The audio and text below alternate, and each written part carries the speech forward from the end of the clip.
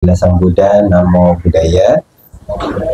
Ya, dihaturkan anumodana dan turut bermudita cita atas jasa bajik yang dilakukan pada kesempatan pagi menjelang siang hari ini.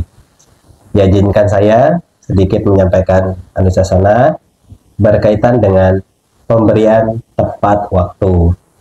Nah, ini bisa ditemukan di dalam Anguttara Nikaya kelompok 5, Sutta ke-36.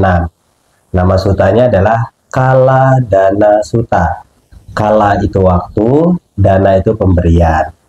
Nah, di mana Sang Buddha menyampaikan ada 5 jenis waktu. Suatu pemberian ini dikatakan sebagai pemberian tepat waktu. Yang pertama adalah seseorang memberi kepada tamu. Nah, jikalau ada seseorang bertamu ke rumah kita, nah di situ ada waktu yang tepat untuk kita melakukan pemberian. Yang kedua adalah pemberian yang diberikan kepada seseorang yang tengah melakukan perjalanan. Nah, ini seringkali umat Buddha, jikalau masih sering minta oleh-oleh ketika teman-temannya sedang pergi jalan-jalan, ini bukan perbuatan yang terpuji sebenarnya. Ya, seharusnya kitalah yang memberikan kepada mereka yang tengah melakukan perjalanan. Nah, semisal seseorang ini mau pergi jalan-jalan ke Bali, jangan lupa ya oleh-oleh dari Balinya. Nah, dia kan mau pergi jalan-jalan untuk happy, healing lah. Loh, kok dibebani pikirannya? Nah, seharusnya, oh besok mau pergi ke Bali ya? Barangkali ini tidak banyak.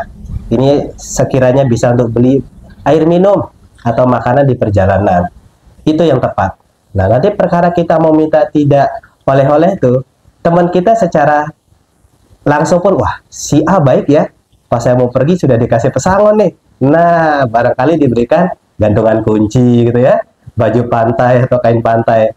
Nah, jadi pemberian tepat waktu yang kedua itu adalah ketika kita memberikan sesuatu kepada seseorang yang tengah melakukan perjalanan. Ketiga adalah seseorang memberikan pemberian kepada orang yang tengah sakit. Nah, seringkali kan aspirasi kita umat Buddha nih, sabe sata bawantu sukitata, semoga semua makhluk berbahagia. Kalau ada yang sakit, malah kebanyakan yang tutup mata nih. Nanti kalau sudah kabar duka, baru banyak ungkapan sangwega cita. Tidak demikian. Harusnya ya, kalau kita tahu ada teman kita yang sakit begitu, datanglah. Kendati pun kita tidak membawa buah, minuman, hadirnya kita itu membuat mental mereka secara psikologis senang sekali. Wah, saya didatangi. Wah, mereka peduli dengan saya. Nah, itu akan membuat mental mereka menjadi kuat. Mereka semangat untuk sembuh. Ya. Jadi kita ke sana datang baca parita. Ya, kendati pun kita tidak bawa minuman atau buah begitu. Ya, karena sejatinya yang kalau kita bawa buah-buahan atau minuman pun yang makan juga banyak yang sehatnya, bukan yang sakit. Nah, jadi yang penting hadirnya kita, itu penting sekali. Jangan sampai nanti mendengar berita dukanya, baru kita antusias sekali. Ayo wihara, bikinkan ucapan loh. Orang meninggal baru dipedulikan. Nah, sakit kemana gitu ya. Nah, jadi ketika sakit itulah pemberian tepat waktu.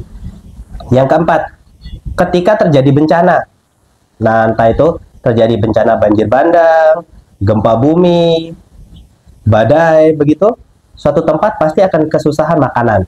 Nah, disitulah pemberian tepat waktu. Ya, Bapak Ibu juga boleh sepulang dari sini nanti cek lemarinya, seberapa banyak pakaian yang dimiliki. Bahkan baru cuma dipakai sekali terus tidak pernah keluar lagi.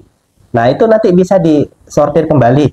Barangkali bisa Bapak Ibu juga gunakan untuk korban-korban bencana. Itu pemberian tepat waktu yang keempat. Lalu yang terakhir, nah berarti sudah mau selesai nusasananya ya. Yang terakhir adalah pemberian kepada para petapa. Yang disebutkan memang pada kala itu adalah di zaman Sang Buddha kan banyak petani. Disebutkan di Sutta itu pemberian buah pertama. Ya, jadi hasil panen begitu.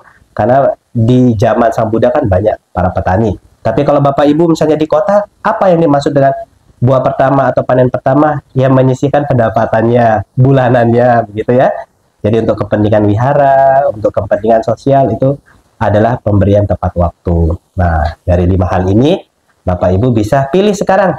Mau memberi tepat waktu pertama untuk para tamu, kedua kepada mereka yang tengah melakukan perjalanan, Ketiga, kepada mereka yang sakit.